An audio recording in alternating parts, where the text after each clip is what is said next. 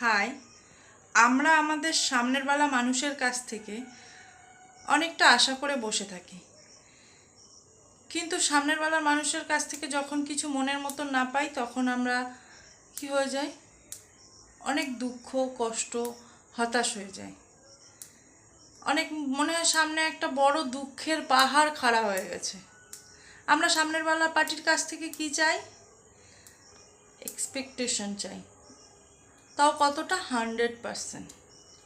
যখন এই এক্সপেকটেশনটা 100% চাই, তখনই আমাদের যত দুঃখের অবসান শুরু হয় আর কি।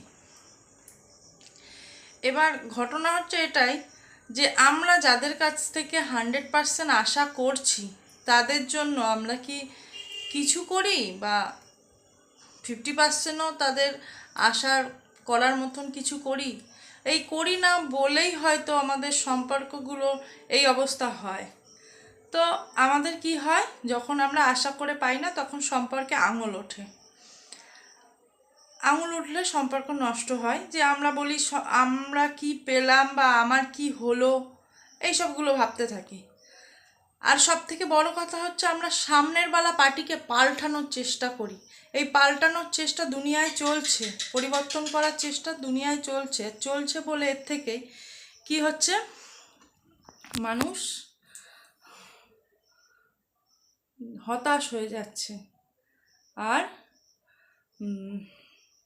মানুষের মাইন্ড নষ্ট হয়ে যাচ্ছে, ডিসব্যালেন্স হয়ে যাচ্ছে। তো আমাদের এখানে এটা করা উচিত নয় কি, যে কারোর থেকে আশা না করে তাকে সেই সম্পর্কটা ভালো রাখার, আর নিজের উপরে ডিপেন্ডেন্ট হওয়ার, আর সামনের বেলা পার্টিকে পরিবর্তন না করতে যাওয়া, তাকে না পাল্টানোর চেষ্টা করা, নিজের মাইন্ডকে ঠিক রাখা, নিজেকে ভালো রাখা। যদি কোনো ভুল কিছু হয়ে থাকে তো ক্ষমা করবেন, বাট আমার এটা মনে হলো তাই বললাম।